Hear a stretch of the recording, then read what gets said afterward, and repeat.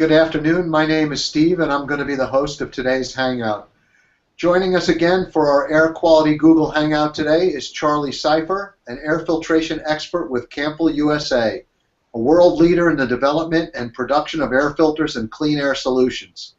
You know, we often notice trends and fads that cause new businesses to pop up where we live without giving much thought to the environmental and human impact these new facilities may bring. Today we're going to talk about one of these developments. Hi Charlie, how have you been? Great, fantastic. Great to be back doing these again. Yeah, it's been a while, and I think it's important to keep them going. So, absolutely. Listen, I've noticed more and more shooting ranges opening up around where I live and work. Is this a trend? Absolutely. You know, it's kind of scary if you think about it. With only 50 states, there's over 18,000 indoor shooting ranges in the United States. So it gives you an idea of how popular that sport is. People shooting rifles, pistols, etc. Also the police officers that have to go in for training and so on. But I think the reason we're seeing more ranges is because of some current events going on and people getting nervous. Not unusual for a husband to want to have his wife learn how to shoot a gun or something. People are concerned when they've seen certain things happen in cities and so on. It's almost a fear frenzy, if you will. But these ranges are going up at the rate of 200 to 300 a month right now, and of course that'll probably level out just like the stock market is. But the most important thing is gun popularity is higher than ever. People like shooting, and as I mentioned before, officers always have to go back in for retraining, and just about every municipality has a shooting range to keep their officers up to date. Also, the TSA, the people that protect us at the airports, they're also involved in shooting ranges because their people also have to qualify. So I guess it's no wonder there's over 18,000 ranges. No, and that's an interesting point, and it's ironic that people are concerned about their safety, but they never give much thought to anything beyond the crime. I mean, should we be concerned with the environmental or possible health impacts of these facilities and the particulates and smoke, etc., that they generate? Oh, absolutely. Every time that the firing pin hits a bullet, that bullet's putting off all sorts of contaminants that can be harmful to people. There's particles and gases, but the biggest particles of concern, or the particles that concern us the most, obviously are lead.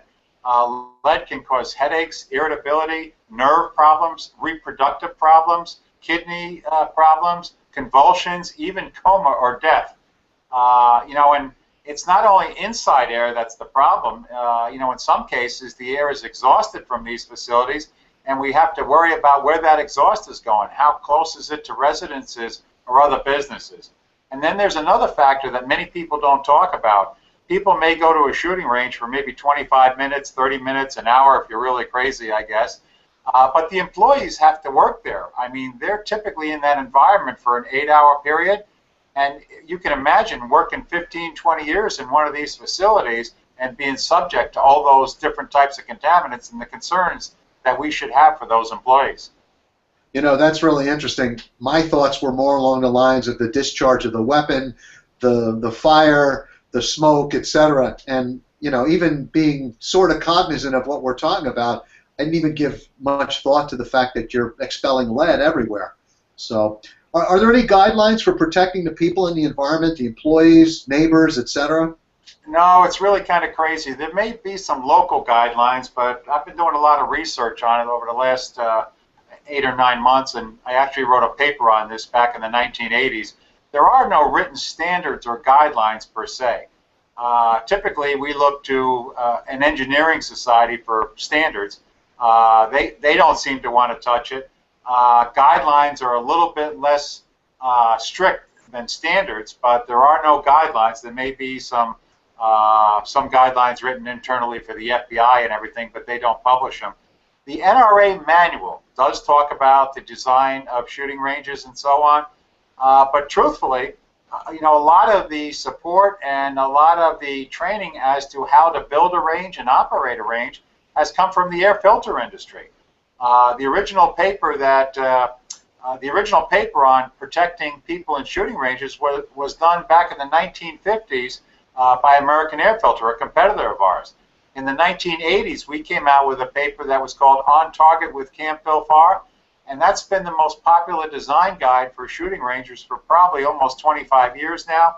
And then Camfil now has updated that, and we've actually got a Camfil shooting range brochure. And one of the things that's helped us here is that the TSA actually refers to our brochure when people are talking about designing or operating ranges, which is kind of unusual because we're a manufacturer, not a standards writing body. Right, but somebody's got to set the standard, somebody's got to make the recommendations, and it's interesting, when we go to a shooting range, we wear ear protection, eye protection. Honestly, we should also be wearing masks if they don't filter the air properly. So what kind of protection recommendations are there by Camfil and others? Well, you know, I'm going to step back a second there because you said something very important. OSHA does look at these facilities to protect the employees, and there was one case in Florida where the fines were over $2 million. So the people that operate these ranges don't want the cost of those type of OSHA fines within their budget.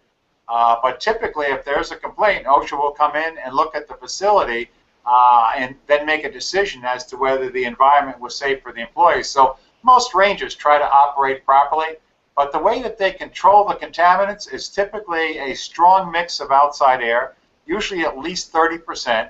They wash down the shooter with that air at quite a velocity. So what that velocity does, the stronger the velocity, the easier it is to pick up the particles and move them either to the HVAC system where you have air filtration or exhaust them outside the building.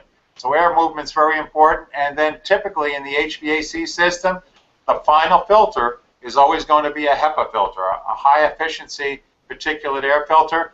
That's 99.99% on particles 0.3 microns in size, which basically it means it removes anything that could be airborne. The other factor is, in order to protect those HEPA filters and remove some of the packing that's in there with the lead and the bullet and so on, they also use good filtration. But for most people that are watching this hangout right now, your local facility is probably doing a reasonable job and using the proper filtration, but we just thought people should be aware of it. Right, obviously that's not something that they've probably given much thought to. Where can I find more information, and where can they download that brochure that you mentioned for Camfil if they want to build a shooting range or just be more knowledgeable about it? Well, we're not in the mode of promoting many organizations out there, but I've got to admit that the National Rifle Association, the NRA, has some good information on their website. But the white paper and the brochure that I was talking about is available in any one of three places, either catalog.camfil US, just look under industries and look for brochures. You can also go to camfil.us or camfil.com because it'll recognize where you are, and just go to industries and then look for shooting ranges and look for brochures. And then hopefully, if you need information beyond that, just contact us directly and we'll try to put you in touch with somebody locally that has experience in operating or working with shooting ranges. Excellent. Thank you all for participating. We look forward to seeing you at our next Hangout when we cover more essential air filtration topics. Thanks again, Charlie. That was really terrific. Thank you, Steve. Always fun. Looking forward to the next one. Me too.